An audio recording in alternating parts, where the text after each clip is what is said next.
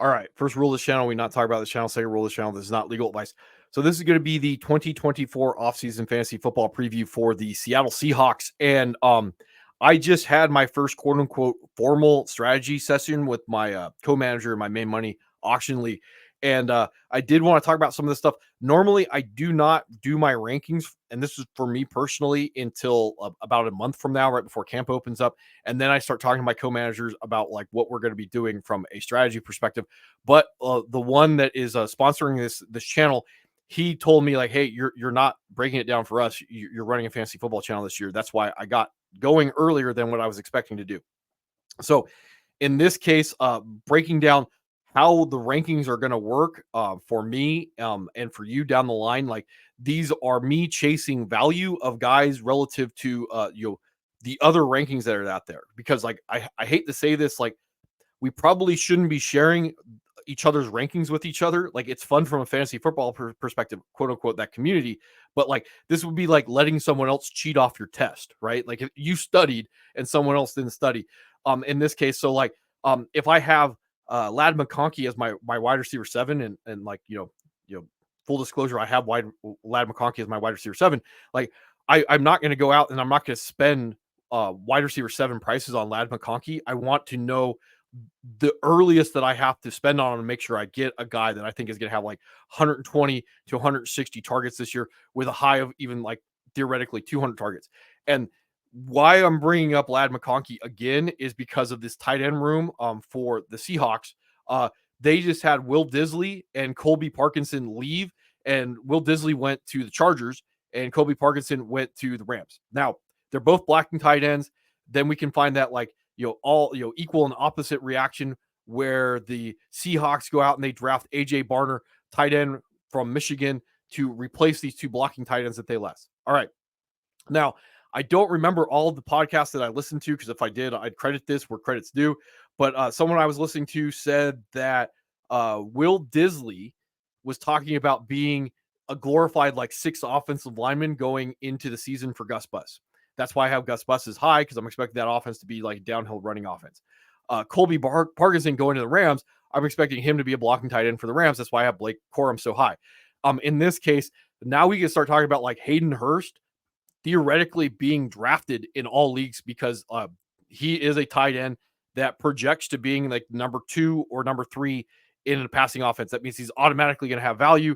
And that means that like theoretically I would have to, as an equal and opposite reaction, move him up to the range of tight end 17, and he should be drafted. Like that's the longest story of it. So like, again, like a Jawan Johnson, and I did switch Jawan Johnson and Noah Fant, because the story that we have to be telling is how guys win me leagues. Well, I can tell that story with Jawan Johnson. It's not as easy with Noah Fant, and now it's easy with Hayden Hurst. So when we look at our roster, our rankings relative to everybody else, like we're talking about this beforehand, so we all have an idea of where these guys are valued, because if we were being smart about it, we wouldn't tell anybody what our rankings were, and then we walk into the draft and we wouldn't be scaredy cats. We would be confident enough to go like Ladd McConkey is wide receiver 7, and I'm going to spend that price on him because I don't know how everybody else is valuing a guy. In this case with these guys, we know exactly how everybody tends to value these guys, because they go to quote unquote experts, and the quote unquote expert says, well, don't draft Ladd McConkey at wide receiver 7. You should draft Ladd McConkey somewhere around like 100 overall in your draft. Like that's not going to win you leagues. Sometimes you have to be able to go into a draft and go like, well, Hayden Hurst is draftable. I have to stick him on the bottom of my bench, because when we get to the story about how Hayden Hurst finishes as like a top 5 tight end, well, we know it ahead of time. We know it now, because Will Disley told us, hey, I'm a 6th offensive lineman. My signing doesn't matter. Who's going to be the guy who gets the vacated targets going on in San Diego? Well, it may be Hayden Hurst, or it may be Stone Smart. Like those are the stories that we'd have to be talking about down the line, trying to figure out like what we can know now and what we're going to need to know after week 1 opens up and we start attacking those waiver wires. All right.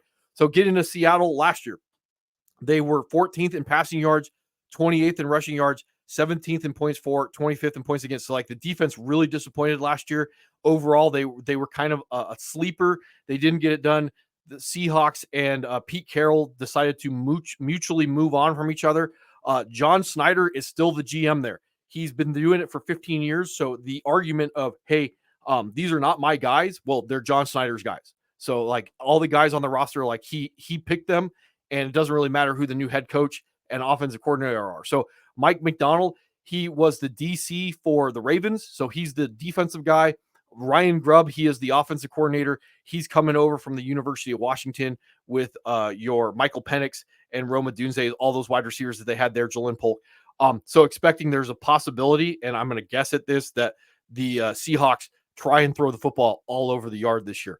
So that's going to mean right off the bat, like Geno Smith, he is my quarterback 24 overall, quarterback 23 on Fantasy Pros, 148 on Underdog. And remember, Underdog is a best ball league. It is a wide receiver meta.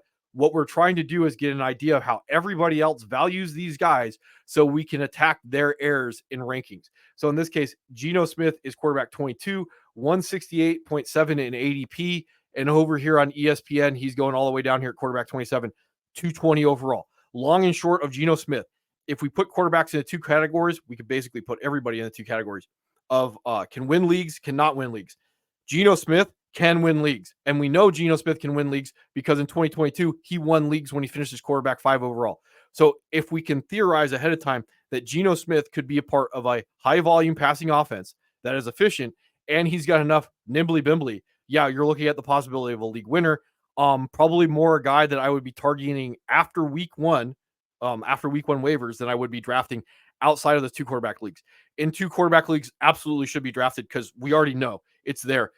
Can pass for like 4,200 yards plus, 30 touchdowns plus, 300 to 400 yards rushing, 2 or 3, 4 touchdowns, all within his range of outcomes. That makes it really easy with him. Other than the fact that like I would be throwing my draft capital at guys that I am worried about being drafted or having to spend more fab on after week one of my draft. All right. Other things, peace of mind with all this. Sam Howell, he comes over with a trade from the Redskins. I think he can keep most of your toys on track if he has to step in overall with this offense. And then they did just recently sign PJ Walker, formerly from the Browns. All I got to say about this with the Browns is there's a reason why Joe Flacco won leagues last year, and it wasn't PJ Walker. So anyway, going back to Geno Smith and all this stuff, the meta, and this is one of the things to be looking at when I talk to my co-manager about this, is spending on these high upside elite quarterbacks was, it was a good way to make your playoffs and win your leagues with Josh Allen and Jalen Hurts. The alternative was to go for Joe Flacco, Jordan Love, Dak Prescott, or Brock Purdy. And in this case, like you already know that probably don't need to be spending on these two quarterbacks. I could bring this one up again. Josh Allen, Jalen Hurts, with the expectation, this is what I was telling my co-manager, that that regression in the rushing touchdown department is probably going to happen. And you're going to have your Anthony Richardson, you're going to have your Jaden Daniels, you're going to have your Kyler Murray that I can be pivoting to.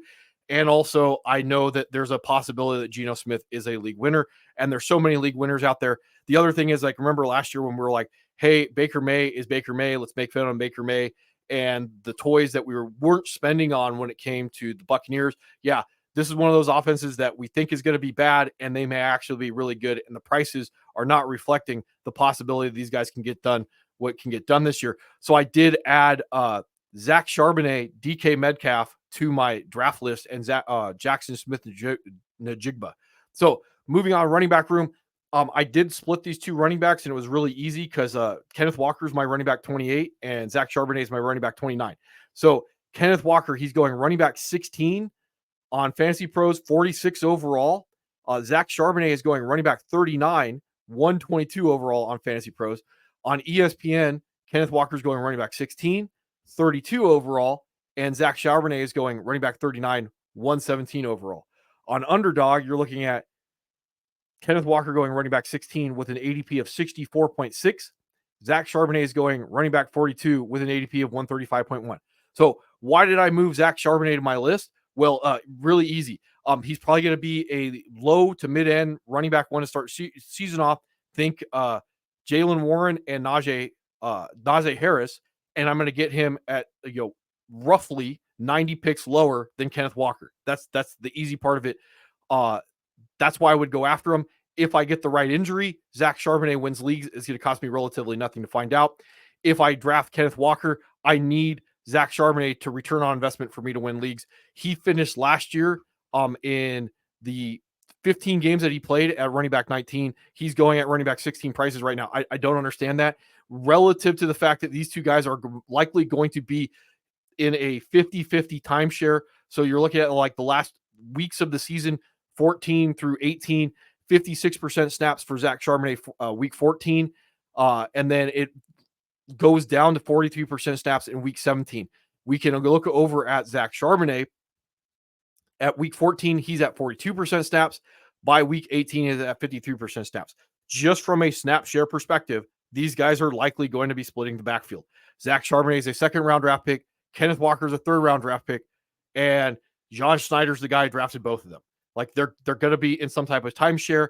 Now it just comes down to, can we guess at the efficiency of the carries or the touches these two guys are going to have? And we kind of can, because we can look up those pesky stats and see last year that Kenneth Walker had 38 rush attempts within the red zone. Zach Charbonnet had 21.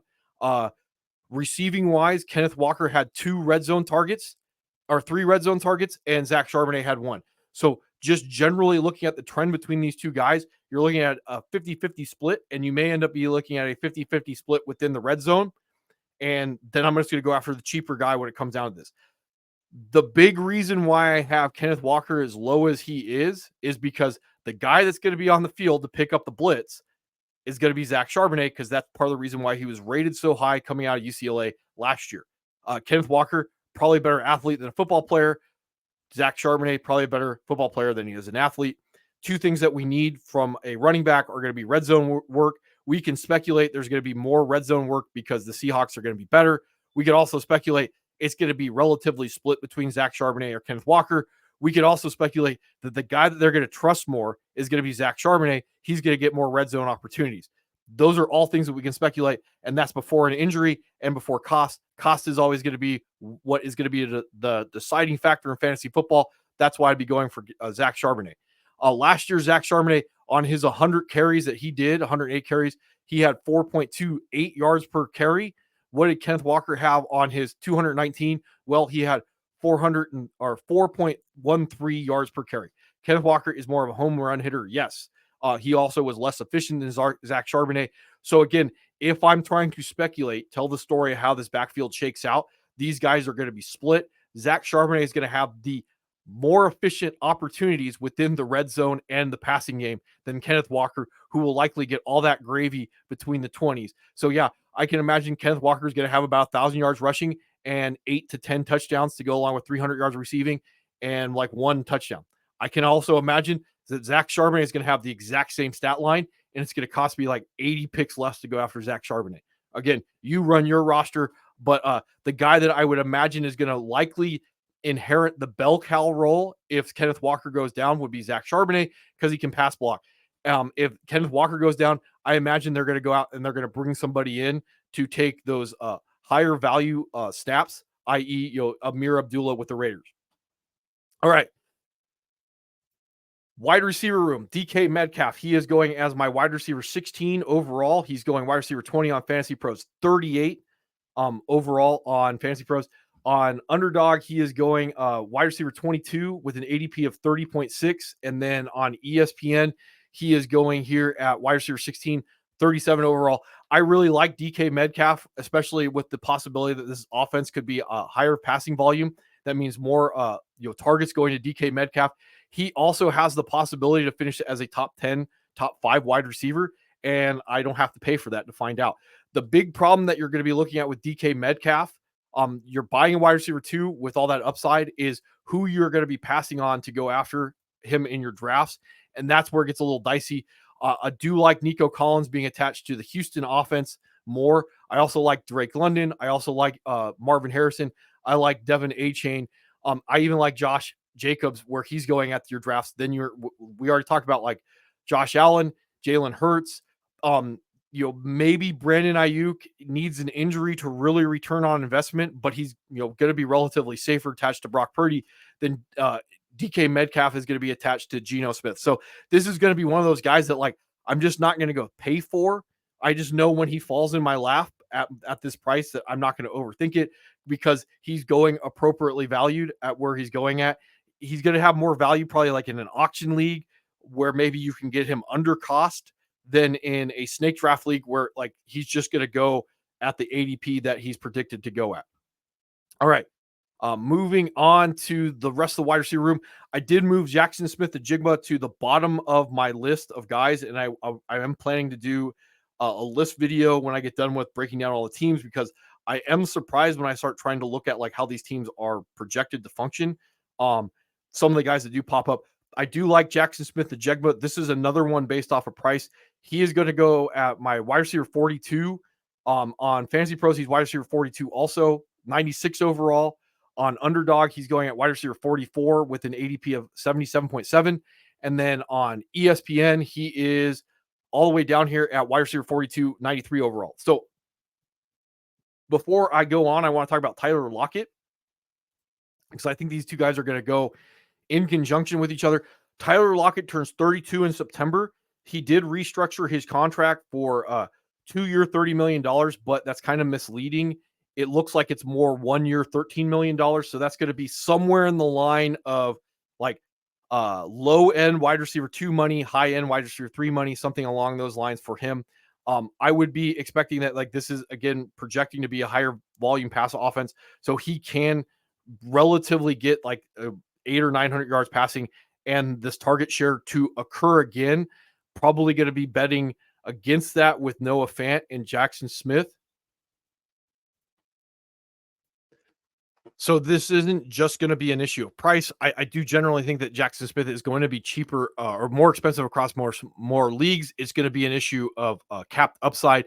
While I do think that the over underline on Tyler Lockett is going to be relatively similar to what he did in 2023, that upside of Jaxon Smith jumping up to be like a top 24 wide receiver is probably what I'd be willing to buy at the prices that he's going at, because otherwise, what do I get? I get a guy that I'm going to throw away to the waiver wire week 1 when I go after somebody else. So like at the price of wide receiver 42, you're probably looking at something along the lines of like 1,000-yard receiver, higher volume, lower efficiency, which is going to be fine at the prices that he's going at, like 42 overall attached to this offense, like maybe Devonta Smith type of range of outcomes.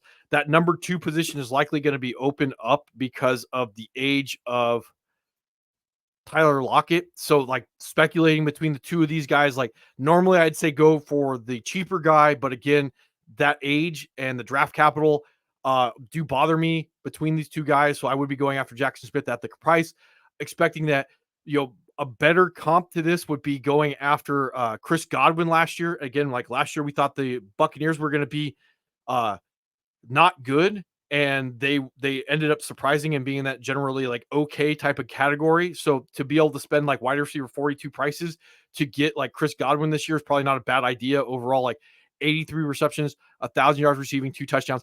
I'd probably bet the over on the touchdowns. That like we do want to chase touchdowns a little bit with these guys.